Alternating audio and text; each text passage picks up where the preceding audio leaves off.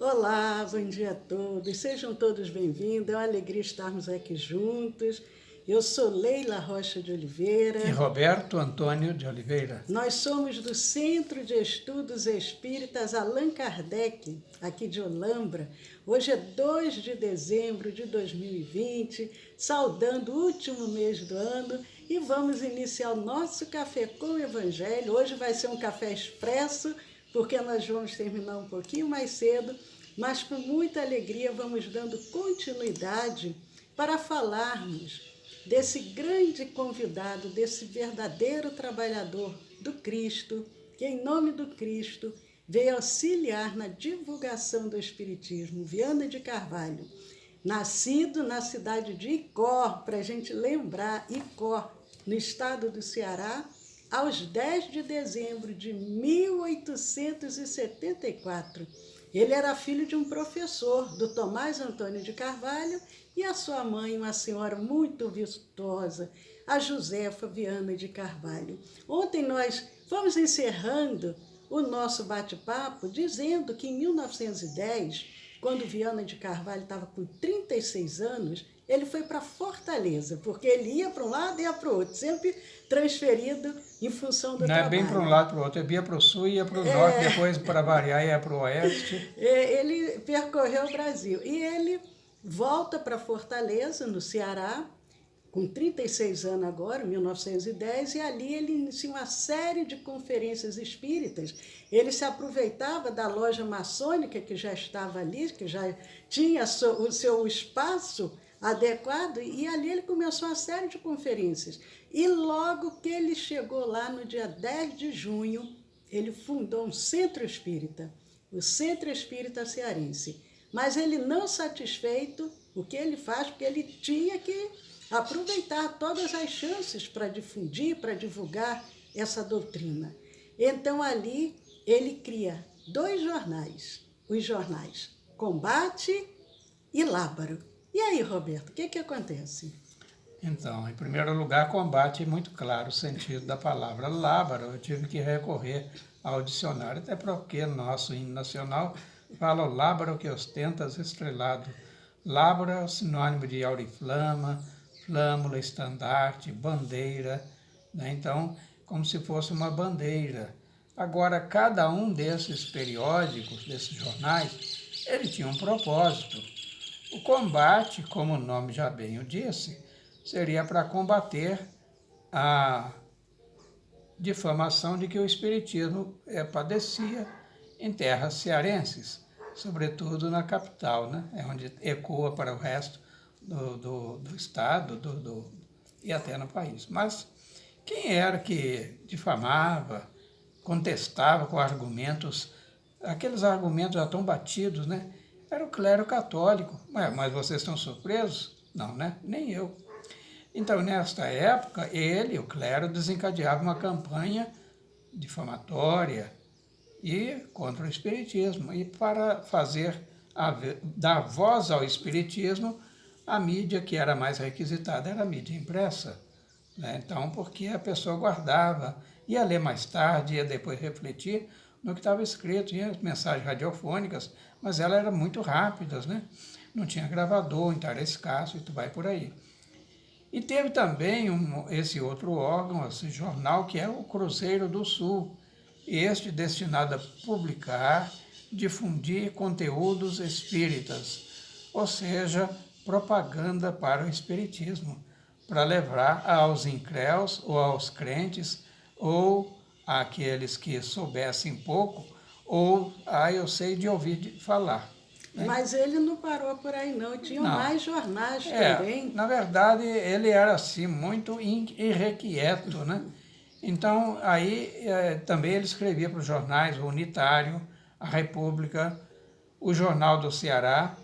Então, então as polêmicas eram bem avivadas, né? Bem inflamadas, apimentadas, né? Condimentadas.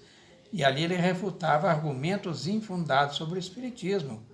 É que, por exemplo, porque isso aí não é coisa de Deus, você vai pagar para saber o seu destino, trazer seu amor de volta, então se confundia o espiritismo com outras práticas afrodescendentes, que também tinha lá o seu culto, o seu valor, mas não era absolutamente o espiritismo.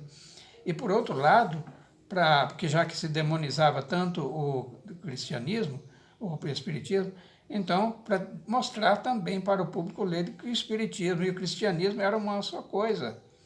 Ele se aproveitava da mídia daquela época, né, que eram os jornais. Se fosse hoje, aí ia se utilizar, né, de toda essa tecnologia, mas ele... O que nós fazemos, né, Leila? Exatamente. As redes né? sociais. As redes sociais. Mas naquela época, ele era um trabalhador incansável, porque ele tinha que exercer a sua profissão, ele trabalhava profissionalmente para se manter, mas o tempo que ele tinha era para divulgação, para difundir o espiritismo. Ele foi para Fortaleza em 1910. Quando foi em 1911, suas atividades ali em Fortaleza perduraram até novembro de 1911. Ele foi para Fortaleza início de 1910 e em junho já tinha fundado um centro espírita, ficou lá um ano e pouco. Aí, por imposição do serviço militar, o que acontece? Ele vai transferido novamente agora para Curitiba. Mas e ali, Roberto? O que ele apronta ali no Paraná, no bom sentido? Então, a bem da verdade, isso aí foi conversa de bastidores, que ele era oficial novo, né? Tinha assumido o oficialato, com essa idade de pouco tempo, comparativamente ao longo da carreira militar. E o clero se sentia muito incomodado com a presença dele. Ora, nós sabemos que há, por exemplo, capelães militares. Então, isso não é de agora, desde a época do Império. E, naturalmente, o clero, o bispo, o arcebispo, conversa lá com esse capelão e que convence os superiores do nosso oficial, oficial, né, a demovê-lo. Então, mandei lá para o Paraná, ele vai ficar sossegado. Não vai, não. Não vai mesmo. O que acontece no Paraná, em Curitiba, mais precisamente, que era a capital? Ele, então, sustenta o mesmo nível de atividade. Ora, ele era realmente muito irrequieto, né? E aí publica artigos, aí já não funda, mas ele já vê que já tem noticiários, tem noticiosos, periódicos, jornais. Então, o que ele faz? Publica artigos no Diário da Manhã, refutando, mais uma vez, contestando aquelas notícias infundadas, sacadas contra o espiritismo. E eram artigos diariamente. Isso. Ele escrevia para o jornal Diário da Manhã. Leila, então, todas as manhãs tinha um artigo. A pessoa ia tomar o café da manhã, abria o jornal, um artigo ali. Então, ia tomar o café da manhã lendo o artigo do Viana de Carvalho. Exatamente. Mas aí, Leila, eu fico me perguntando, mas ele tinha essas facilidades, acesso assim, aos jornais, que abria logo espaço, uma coluna para ele. Mas por quê? Porque ele tinha leitores, ele tinha cultura, ele tinha conduta ilibada, ele tinha honradez. Então, qualquer redator quer ter um articulista desse nos seus quadros, né? Então, abrir espaço. Mas voltando um pouquinho até ao Ceará, que ele ficou ali um ano e pouco, ele realizou tanta coisa, só para a gente voltar um pouco, para a gente relembrar o que nós falamos ontem, porque o movimento espírita no Ceará começou até no finalzinho do século XIX para o início do século XX, até se fundaram algumas casas espíritas e acabou fechando. O movimento esmoreceu.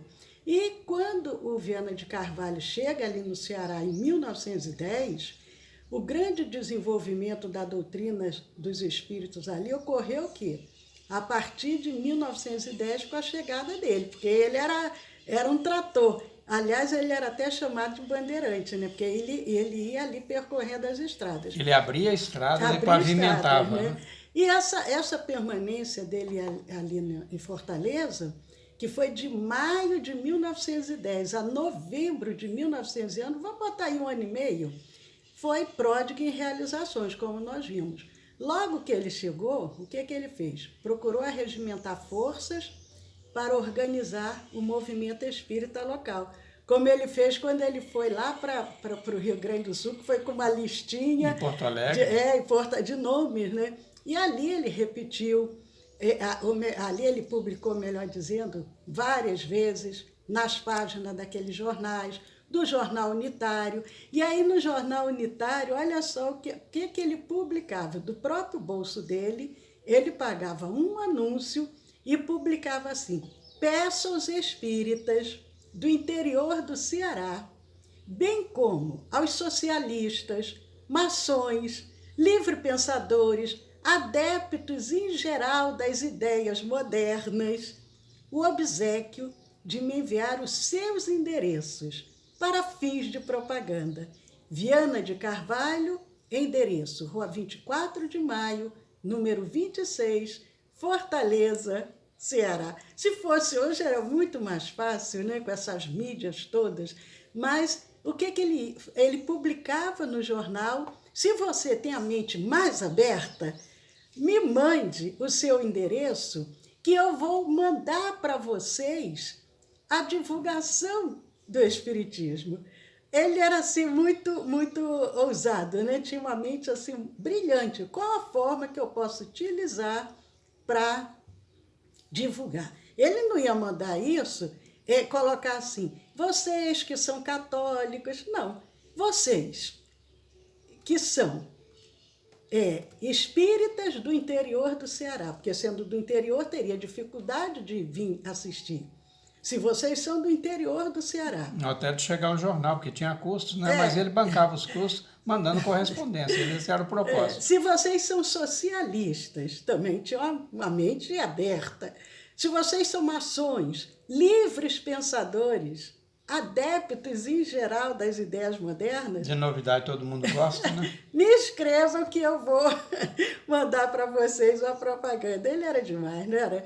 Era demais. E eu falei hoje que nós vamos fazer o nosso café. Hoje o nosso café é expresso, que nós temos um compromisso. Então nós já vamos fazer só 2 comentáriozinhos rápidos, porque ali no Ceará ainda, antes dele ir para o Paraná, ele promoveu o estudo sistemático do Livro dos Espíritos, fazia conferências semanais nos salões das lojas maçônicas. O nome das lojas maçônicas era Amor e Caridade, Igualdade e Liberdade.